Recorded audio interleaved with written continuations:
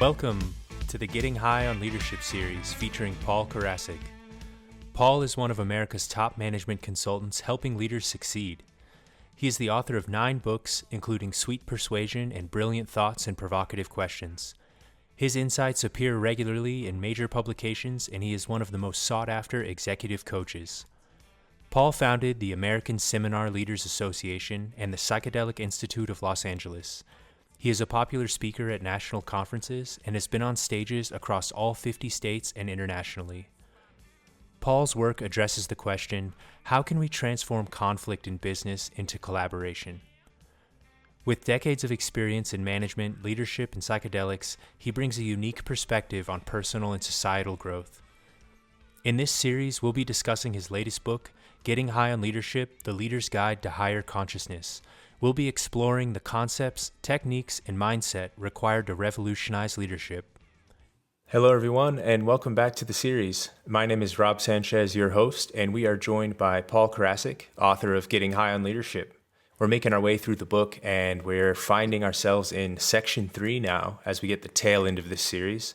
Today, we're looking at the section of the book called The University of Life, and it can be found on page 124.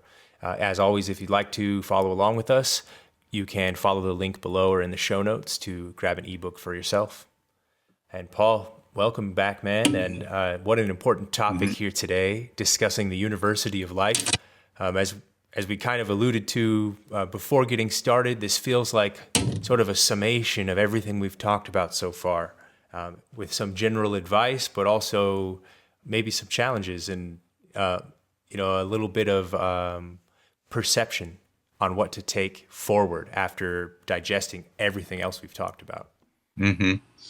Yeah, you hit it right on the head, Rob. This chapter really is the essence of the whole book in so many ways. And the idea is that there's a couple of ideas that are really pertinent here. You know, I work with leaders, and in fact, the other day I was speaking to a leader, and we were talking about consciousness and how do you bring it into business and the challenges of that, and how we've compartmentalized our lives. And so, in other words, in business, I'm a,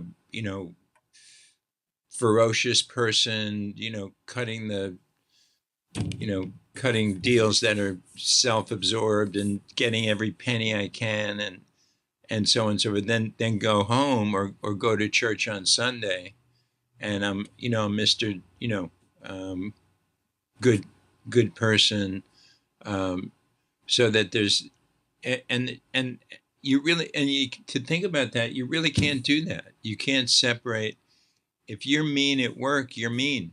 It doesn't matter if you're mean at work, you're mean. It doesn't. And if you're nice at home, you're nice. But there should be, and which brings us to the bigger point of this chapter, which is there needs to be a continuum for our life. That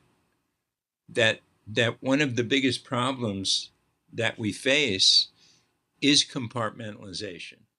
Is I'm this kind of person with this person, and I'm this kind of person with that person. That creates a lot of stress, a tremendous amount of stress to have to be different people to different people.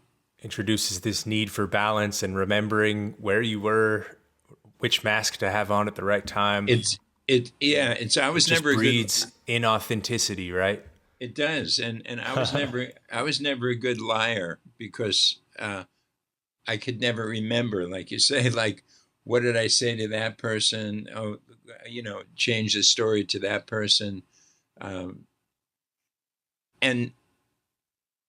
so that's one thing that this chapter is bringing out, that if we bring higher consciousness into our life, it should be exuded on all levels of our life, socially, emotionally, with all of our relationships, which is the bigger point here. We're here on planet Earth in these bodies to learn how to get along with people.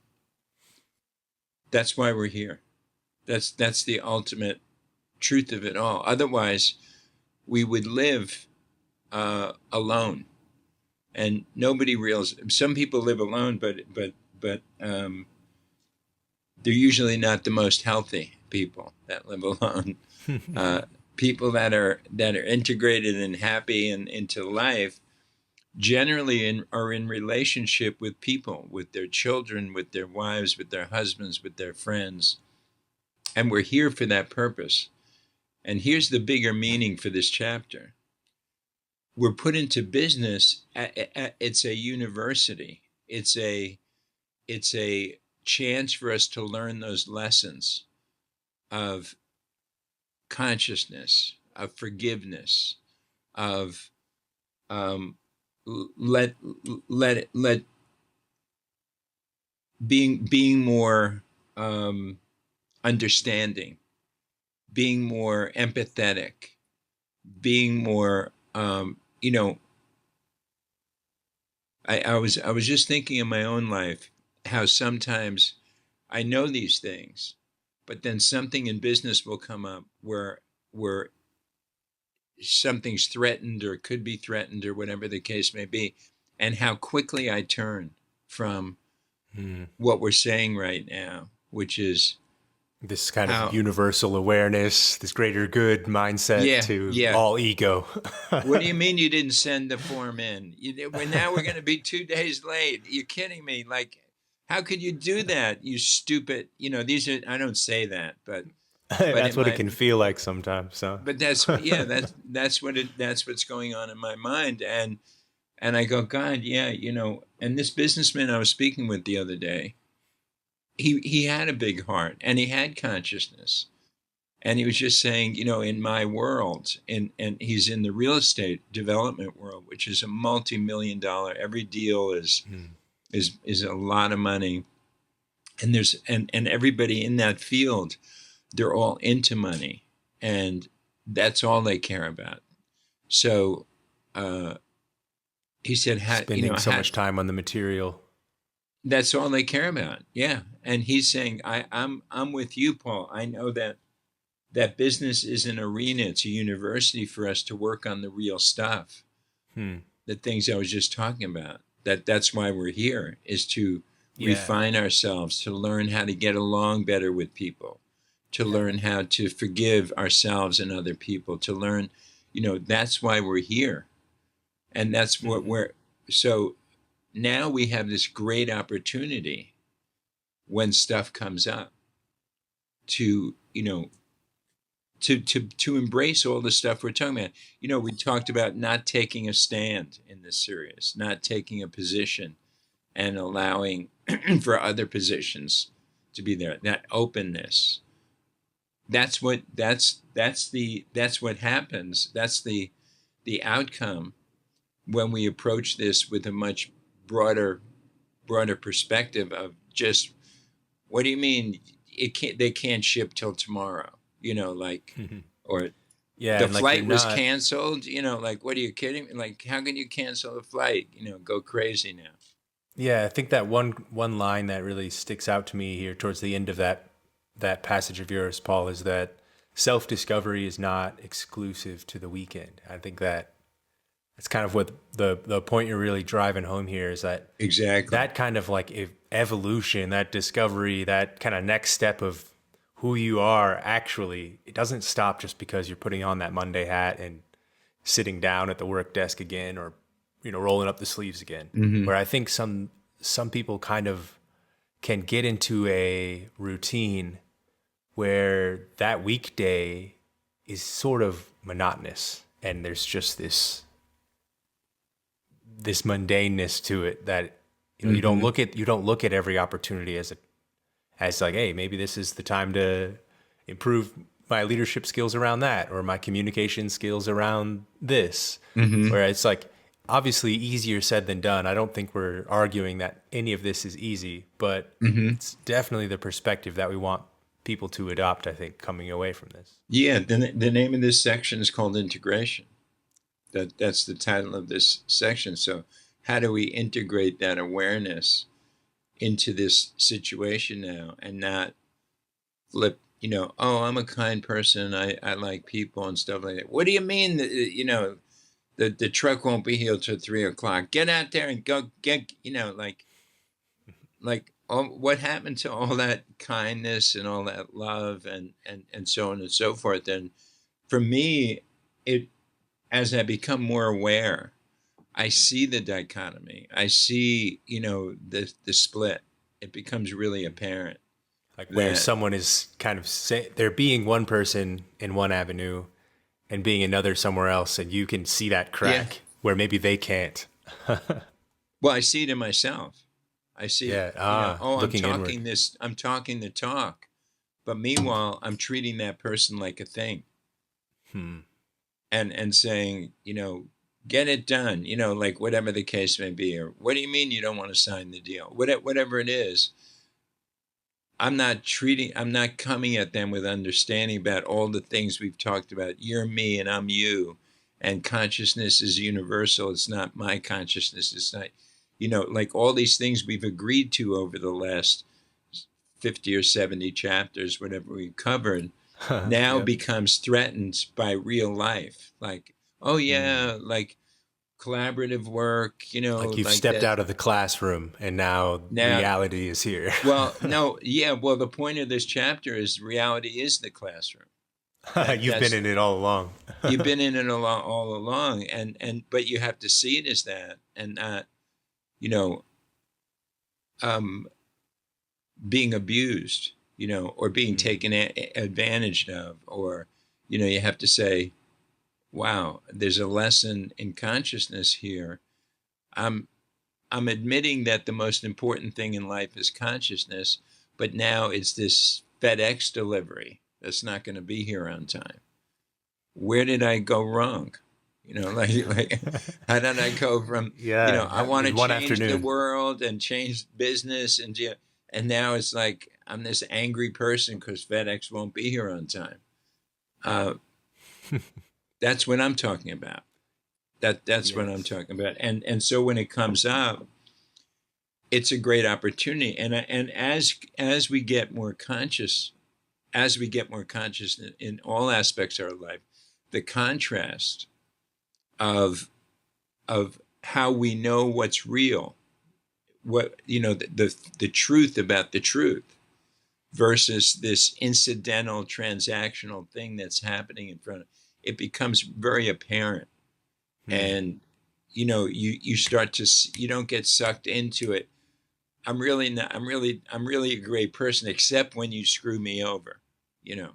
I'm really a nice person except when you don't do what I say. You start to kind of add that on for as your boss situations. I'm really a nice person if you stay in line, and don't cause a lot of heartache, and as far as leadership and management, that's the messy part of it. The messy part of it is you can't leave the stuff at the door. When the person comes in and they're having something going on at home that's upsetting, they bring it to the office, they bring it to the group, and it doesn't matter if that's not explicitly bringing it to the group or the office. It's brought. They're still there. bringing it's in their minds. It's in their hearts. Energy's there. And if they're sick, then that's going to affect how they're if they're physically ill, if they're going through a divorce or some other kind of emotional strain, then that's going to affect. So then you don't leave your humanity at the door. And I think part of the Industrial Revolution conundrum is the mechanization of human beings. Yeah, you're making a car. Some of that. You make a car. That's it. Stand in that spot and put that nail or that screw in that assembly line. You're just another machine. That, and I think a lot of leaders look at their people like that. Yes. Yeah. And even if it's not all the time that they're looking at it like that, I think it's that they can slip into that mindset when problems arise, right? When fires are found. Usually, it's like suddenly now it's like, okay, exactly. Listen, I need you and you to do X, Y, Z. And where before that problem was found, it was like much more, flat hierarchy that can get real vertical real quick. Exactly. Yeah, exactly. So, And yeah, I think it's really important to point out, Paul, this it seems like a pivotal chapter. Is there anything else that you'd want to share with the listeners or viewers around approaching the University of Life and optimizing their time within it? yeah, I think it like I said, and we talked about it, it's to always see your upsetness as as an opportunity to explore what's the consciousness behind this, and to start to observe and to see how you work better, how you work and how you think, and that awareness changes the way you respond. Once you start to see, like, oh, every time you don't get your way, you get angry, well, after a while you just go, oh, that's me getting angry again. You're not in it. You're Stop not in it. following it down the rabbit hole. You're not going down the rabbit hole again. Exactly. And so the only advice I would give is the need to stay alert, and the need to not, because the mind will rationalize, oh yeah, you're a loving person, but they should have had this done on time, so we would have gotten to, like the mind will rationalize the anger and the upset and convince you that you're justified. And they need, they need to be learned a lesson, this type of thing. They screwed up, and this kind of thinking. So yeah, I would just leave it at that, and just say leadership is the greatest opportunity for us to grow personally in our own consciousness. Because of so much interaction that we have, that these things come up a lot. They come up every single day. And so we're really like the chosen people, in a sense, a leader, that, we get upset all the time, about things that aren't, And that we're learn leading. to quell that. Yeah, that type of thing. But that's the bow on it. Yeah, this is a great opportunity, and to grow in our own consciousness, leadership. Hey, well put, Paul. Thank you. And to all of our viewers and listeners, appreciate you following along and finding us here this late in the series. If you haven't seen them already, feel free to go back, pick and choose any episodes that call out to you, or start from the very beginning. And as always, grab a book for yourself from the link below, and feel free to send any questions out to Paul or myself. Thank you.